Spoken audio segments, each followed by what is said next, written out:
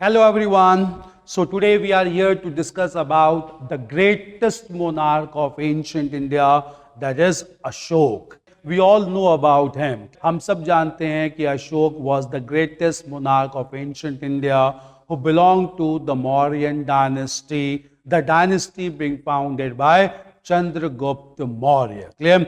Important ये है कि अशोक को we all know because of his principle of Dhamma. धम्म का सिद्धांत सबसे महत्वपूर्ण माना जाता है अशोक के कार्यकाल में. इससे पहले हम अशोक के धम्म के सिद्धांत को समझेंगे, हम ब्रीफली अशोक के बारे में जानेंगे. Clear.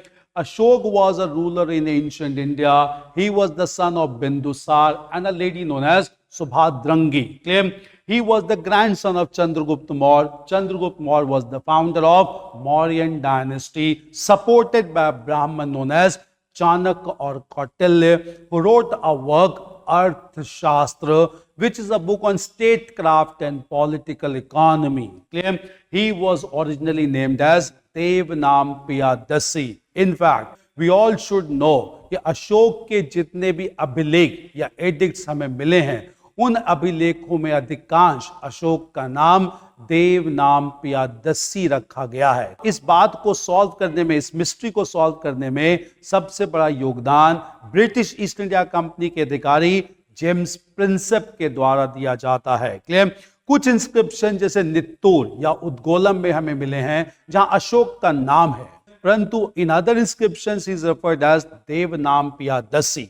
Devanampiadasi was identified as Ashok by James Prinsep, the officer of British East India Company in 1837, which unfolded the whole chapter on Ashok as monarch of ancient India. He ruled from 268 BC to 232 BC. He was a skilled commander in Ujjain and Takshila. In fact, he was posted as governor of Ujjain and Takshila in the northwestern part of India. He conquered Kaling in the year 262 to 261 BC, which is also counted as the 9th regnal year from the date of his accession in 269 BC. Clear? These are some personal informations about the greatest monarch, that is Ashok. Clear? At the same time, Ashok, after fighting Kaling War, thereafter he decided to abandon the policy of physical annexation and decided to adopt the policy of cultural conquest. Clear? धम्म घोष के रूप में परिवर्तित हो जाते हैं भेरी घोष के तौर पर. क्लियर. और जब वो धम्म घोष में परिवर्तित होते हैं तो धम्म के सिद्धांत के द्वारा समाज में और बेहतर रूप से शांति स्थापित करने का प्रयास करते हैं. Clear. All informations about Ashok and Dhamma are available from rock inscriptions of Ashok, divided into major rock edicts, minor rock edicts, and even pillar edicts. Clear?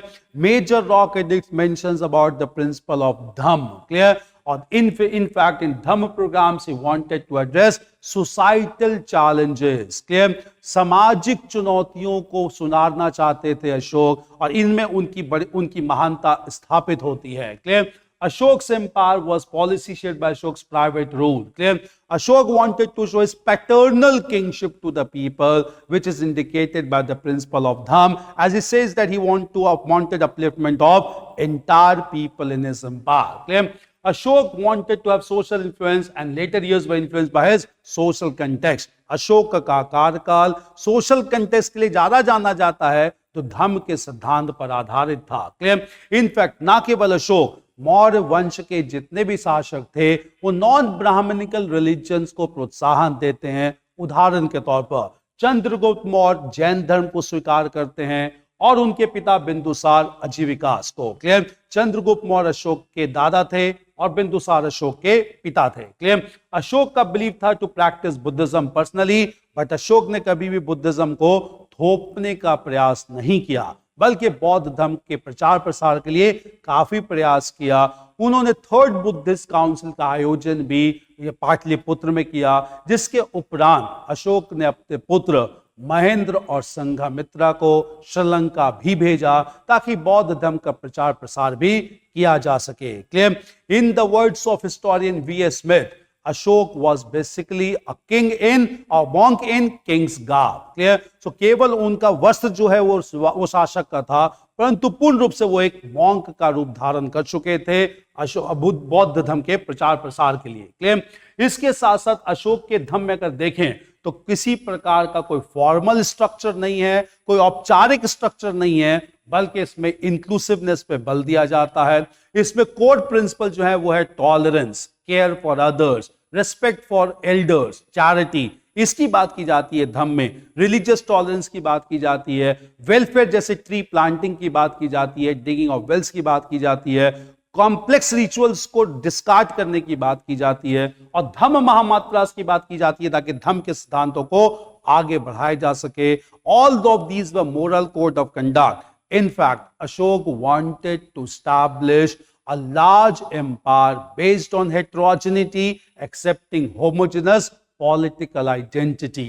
This master stroke of Ashok, which is also known as statesman approach of Ashok, led to large empire based on tolerance and harmony, which was a great contribution of Ashok, and that is why हम सब अशोक को प्राचीन काल का सबसे महान शासक के रूप में स्वीकार करते हैं।